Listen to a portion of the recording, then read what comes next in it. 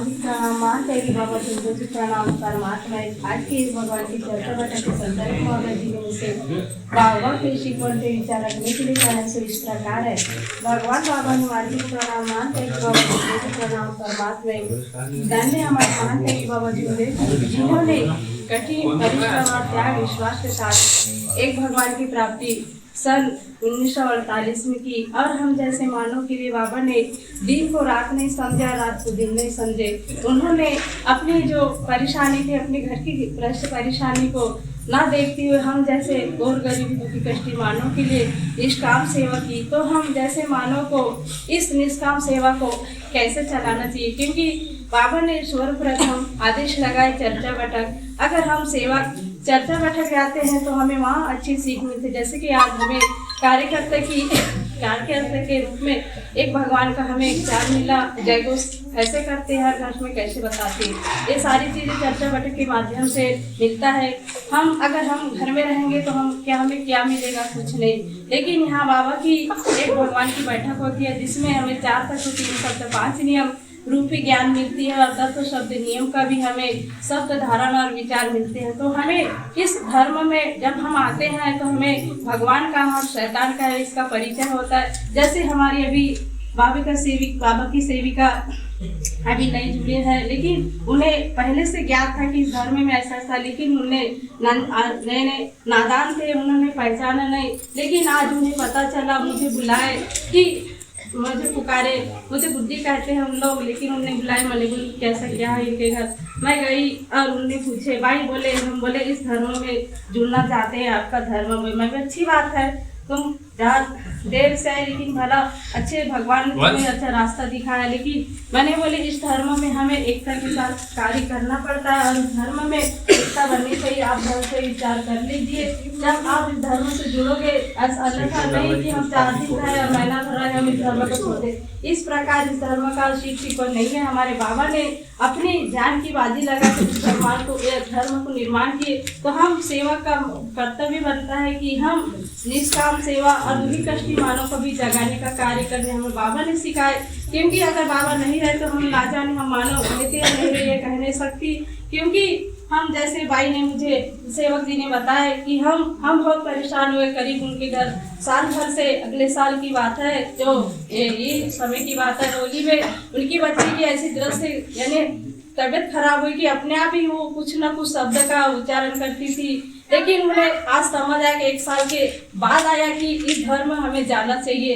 लेकिन धन्यवाद कहती हूँ उस भगवान बाबा हनुमान जी की और महंत की बाबा झुंझुनू जी की आशीष कृपा से उन्हें इस धर्म को स्वीकार किए। आज उनकी जो परेशानी थी वह दूर हुई, लेकिन दूर तो हुई, लेकिन जो अज्ञान व्यक्ति था, जैसे थोड़े बाजूच में है, लेकिन उन्होंने कई माध्यम से वहाँ अपनी काल्पनिक शक्ति का उपचार किए, लेकिन वहाँ प्रवेश नहीं करते, क्योंकि भगवान बाबा हनुमान जी उनके घर की 24 घंटे रक्षा करते हैं। वह सामने बैठ के व्यक्ति ने बोले कि यही घर है, लेकिन बाबा के सामने शैतान की कहाँ मर्जी चलती है। भगवान जहाँ है वहाँ शैतान भी रहता है, ये सत्य बात है।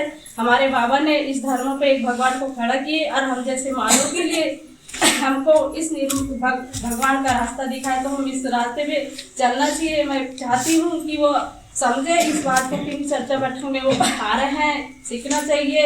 और हम जैसे मानव भी, जैसे हम तो मानव है, लेकिन हमें उन्हें बताना चाहिए कि हमारा फर्ज बनता है। हम पुरानी सेविका है, हमें उन्हें कैसे कार्य करते हैं, कैसे चलते हैं, कैसे शब्द का प्रयोग करते हैं, हमें यह निष्काम उन्हें बताना चाहिए। यही बाबा का आदेश है, क्योंकि हम भी पहले नहीं जानते थे इस धर्म के बारे में। आज वो भी नादान है, तो हमें उन्हें सिखाना चाहिए और उन्हें समझाना चाहिए कि इस धर्म में ऐसी सारी चीज़ें होती है। तो हमें सभी सेवक सिखाने से आग्रह विनंती करती हूँ, जो नए सेवक अगर मार्ग में अपनाते हैं तो उन्हें सिखाना चाहिए और उन्हें समझाना चाहिए कि इस धर्म में हमारे बाबा हनुमान जी और भगवान मानता की बाबा झुंझुनू जी हमारे साथ 24 घंटे साथ रहते हैं। हम इस पर विश्वास करना चाहिए, अन्यथा दूसरे पर विश्वास नहीं करना चाहिए। तो भगवान बोलते हैं ना, जहाँ शैतान है वहाँ भगवान नहीं है, जहाँ भगवान है वहाँ शैतान नहीं है, सत्य बात है। तो हमें भगवान का हमेशा याद रखना चाहिए, सुमरन करने से जितनी भी परेशानी कठिनाई से कटाई से भी हो, अगर हम एक भगवान का नाम लेंगे तो वह दूर होता है। सत्य बात है। इतना कर मैं अपने शब्द को विराम देती हूँ। सभी से नमस्कार।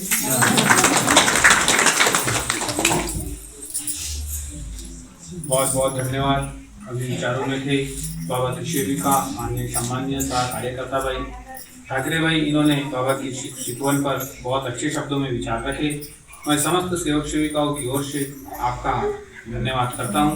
उसी क्रम में चर्चा बैठक को आगे बढ़ाते हुए भगवान बाबा हनुमान जी को प्रणाम, महंत त्यागी बाबा जुमदेव जी को प्रणाम। परमात्मा आज की एक भगवान की चर्चा बैठक में मुख्य अतिथि के रूप में बाबा के सेवक माननीय सम्माननीय सह कार्यकर्ता जी जितेंद्र जी बिशन जी भरवेली से यह भी बाबा की शिकवन पर विचार रखेंगे। समय को देखते हुए संक्षिप्त में ऐसी मैं आपसे आग्रह की विनती करता हूँ और सभी से नमस्कार करता हूँ।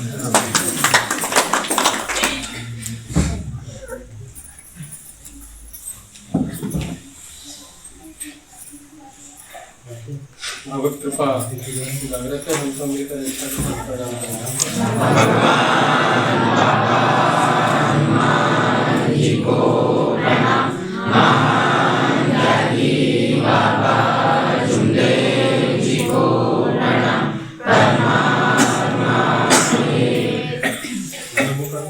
भगवान बाबा हनुमान जी को प्रणाम, महंत त्यागी बाबा जुमदेव जी को प्रणाम। परमात्मा भगवत प्राप्ति के लिए निष्काम कर्मयोग साधने के लिए परम पूज्य परमात्मा एक सेवक मंडल बालाहाट के अंतर्गत आदि ग्राम सरवेली कटिंग टोला में बाबा के सेवक पुत्राय जी, इनके निवास स्थान पर एक भगवान की साप्ताहिक चर्चा बैठक जारी है। इस चर्चा बैठक में स्वयं भगवान बाबा हनुमान जी उपस्थित है। आपको मेरा प्रणाम। महंत त्यागी बाबा जुमदेव जी उपस्थित है, आपको मेरा प्रणाम। उसी प्रकार आज की चर्चा बैठक के अध्यक्ष उपाध्यक्ष एवं संचालक महोदय जी उपस्थित है, आपको मेरा प्रणाम। उसी प्रकार हमारे भी परिसर के कार्यकर्ता जी सम्माननीय स्वामी जी उपस्थित है, आपको मेरा प्रणाम। उसी प्रकार परिसर के कार्यकर्ता जी सम्माननीय ठाकरे जी उपस्थित है, आपको मेरा प्रणाम। एवं परिसर के जवाबदार सेवक बाहेसर जी घोड़े जी एवं पुत्राय जी उपस्थित है, आपको मेरा प्रणाम। उपस्थित सभी बाबा के शिक्षकों को नमस्कार। आज की चर्चा बैठक के संचालक महोदय जी ने मुझे बाबा के शिक्षकों के ऊपर विचार रखने कहा है। विचार रखने में स्वयं भगवान बाबा हनुमान जी मुझे सद्बुद्धि प्रदान करें, महंत त्यागी बाबा जुमदेव जी मुझे सद्बुद्धि प्रदान करें। ऐसे में आपसे आग्रह की विनती करता हूँ। भगवान बाबा हनुमान जी को प्रणाम, महंत त्यागी बाबा जुमदेव जी को प्रणाम। थोड़ा सामने आ जाओ, हल्का सा बस। बहुत बहुत धन्यवाद। यहाँ पर उपस्थित समस्त बाबा के शिक्षकों ने बाबा की दी हुई सद्बुद्धि अनुसार अपने अपने विचार रखे, अनुभव रखे। मैं आप सभी का धन्यवाद करता हूँ। सेवक साथियों, धर्म के पहले हर कोई सेवक सेविका सभी देवी देवताओं की पूजा करते थे एवं उपासना भी करते थे एवं पंगत भी मांगते थे। फिर भी हमारी जो परेशानी थी वो दूर नहीं हुई। उस परेशानी को दूर करने के लिए कई महिलाएं मैं नवरात्र को उपास रहूंगी, या मैं नथनी चढ़ाऊंगी, या वो चुंदरी चढ़ाऊंगी। ये सारी चीजें मैं करूंगी, ऐसा पहले बोलते थे। सही बात है। और ये सारी चीजें करने के बाद में भी हमारे परिवार के दुख दूर नहीं हुए। ये हमको दिखा। इस धर्म में जुड़ने के बाद में हमने भगवान को वचन दिया और महंत त्यागी बाबा जुमदेव जी ने हमें सिर्फ 4 तत्व दिए। आज इस 4 तत्वों का पालन करके सेवकों ने अपने परिवार के दुख स्वयं किए। तो बिल्कुल सत्य बात है।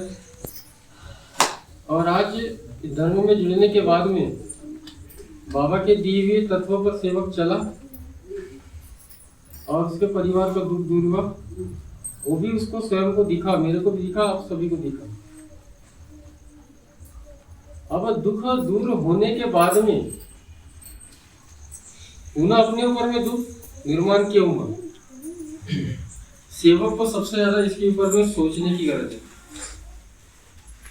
वास्तविकता मैं धर्म में जुड़ा, मेरी परेशानी दूर हुई और मैं भगवान बाबा हनुमान जी की उपस्थिति में और महंता जी बाबा जिंदो जी की असीम कृपा से अच्छा जी रहा हूँ, अच्छा खा रहा हूँ, अच्छा कमा रहा हूँ, अच्छा रह रहा हूँ। ये हर किसी को अनुभव भी मिला। अनुभव मिलने के बाद में जब परिवार में दुख आया तो क्यों आया? सबसे ज्यादा सेवकों को इसके ऊपर में सोचने की बहुत आवश्यकता है। यदि मानो सोच ले कि मेरे परिवार में ऐसा दुख निर्माण क्यों हुआ और अपनी गलती को ढूंढने के बाद में अपने कार्यकर्ता के निवास पर जाकर के उस गलती की खुलासा कर दे और भगवान और बाबा से गलती की क्षमा मांग ले, तो वो भगवान बहुत जल्दी क्षमा कर देते हैं और जो दुख आया है उसे भी दूर कर देते हैं। दूसरी बात, अभी हमारे महंत जी बाबा जिंदो जी ने 5 नियम में से चौथा नियम भी बताए हैं, दिए हैं। मैं समस्त यहाँ पर उपस्थित सेवक सीखा का धन्यवाद करता हूँ।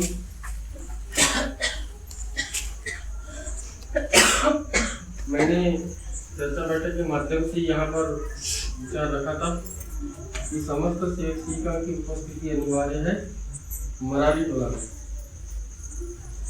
और उस दिन मैं नहीं आ पाया कुछ कारणवश, लेकिन जब मुझे बताए कि सेवक सीखा की उपस्थिति बहुत अच्छी हुई थी तो मुझे अच्छा लगा। तो सेवक साथियों, ऐसी उपस्थिति हमेशा बनाई रखे। दूसरी बात, सेवक परिवार में एकता का परिचय मेरी माँ जब भगवान में विलीन हुई तब भी एकता का परिचय दिए थे। तो ऐसी सेवक परिवार एकता का परिचय दे, वास्तविकता एकता कभी टूट नहीं सकती और एकता कभी भंग नहीं हो सकती। दूसरी बात, अभी हमारे परिवार के कर्मों के द्वारा बोलो या मेरे कर्मों के द्वारा बोलो, जो मेरे परिवार में अभी परेशानी आई, परेशानी आने के बाद में मुझे अनुभव मिला और इस घड़ी में साथ यहाँ पर समस्त सेवक सीखों ने मुझे दिया, मैं आपका भी तहे दिल से धन्यवाद करता हूँ। दूसरी बात, लोग बोलते हैं कि खुद का परिवार में देखता और घूमने की कोशिश करता है, इसके घर जाता है उसके घर जाता है। बात सही है, परंतु व्यक्ति जब जिसको भगवत कृपा से यदि लगन हो गई तो व्यक्ति कभी फालतू नहीं घूमता। वो व्यक्ति उसके नजर में अच्छा नहीं है लेकिन भगवान की नजर में अच्छा है। सेवक साथियों, ये मैंने मानते हैं कि बाबा जिंदो जी के भाग 3 में सुना था, यदि जिसको भगवत की कृपा की लगन है और वह निष्काम भाव से यदि सेवा कर रहा है, अपने परिवार को न देखते हुए दूसरे को देखता है, तो वास्तविकता भगवान उसको यहाँ से नहीं कहीं से कभी देगा। उसी तरह मैं बड़ाई नहीं कर रहा हूँ, आज हमारे बीच में सम्मानीय जोड़े जी जो बैठे हैं, इन्होंने मेरे परिवार में 1 बार नहीं 2 बार दुख आया है।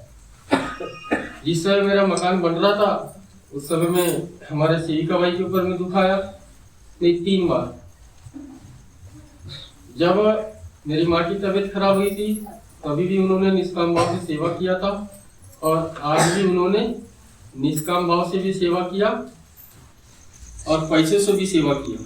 तो सेवक साथियों, अगर से किसी की जान बच रही है और उसने अपनी ड्यूटी का नागा करके उसकी जान बचाया है, तो भगवान उसकी ड्यूटी में जो 1000 रुपये देने वाला था वह दूसरे दिन उसको 2000 रुपये देगा। तो हर किसी को ऐसी सारी चीजें सीखना चाहिए कि आज बोलते हैं ना कि दूसरे को खिलाना सीखो, खाना मत सीखो। यदि दूसरे को खिलाना सीख जाओगे तो खाने की गरज नहीं है, ऑटोमेटिक तुम्हारे पास में आ जाएगा। ये बिल्कुल सत्य बात है। आज उन्होंने मेरे को रात बोलो या दिन बोलो अपना समय निकाल करके उन्होंने बहुत मदद किया, और सेवक परिवार ने भी मेरी बहुत मदद की है। मैं आप सभी का हाथ जोड़ के धन्यवाद करता हूँ और अपने शब्दों को विराम देता हूँ। सभी को नमस्कार। बहुत बहुत धन्यवाद। विचारों में थे बाबा के सेवक माननीय सम्मानीय बरबेली से कार्यकर्ता जी, जिन्होंने बाबा के जीवन पर विचार रखे और 5 नियम में से जो चौथा नियम है, अपने परिवार में और सेवकों में हमें किस प्रकार से एकता कायम करना चाहिए। तो यह भी हमें बहुत ही अच्छे शब्दों में बाबा के सेवक माननीय सम्मानीय कार्यकर्ता जी जितेंद्र जी ने बताए। हमें ऐसी, चाहे किसी के भी घर में सुख हो या दुख हो, चाहे कोई भी प्रकार, किसी भी प्रकार का कोई भी कार्यक्रम हो, तो हमें सेवक साथी एकता दिखाना चाहिए, क्योंकि यह भी बाबा का सपना है। मैं बाबा के सेवक कार्यकर्ता जी का समस्त सेवकों की ओर से धन्यवाद करता हूँ और उसी क्रम में चर्चा